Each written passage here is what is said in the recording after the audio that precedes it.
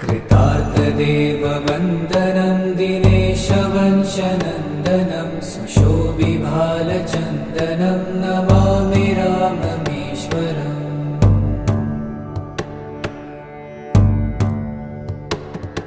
मुनीन्द्रयज्ञकारकं शिलाविपत्तिहारकं महाधनुर्विदारकं Namami राममीश्वरम्।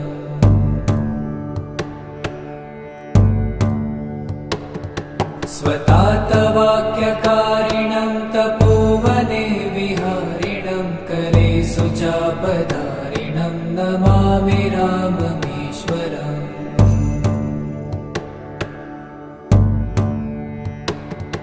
कुरङ्गमुक्तसायकं जटायुमोक्षदायकं प्रविद्धकीशनायकं Namami राममीश्वरम्।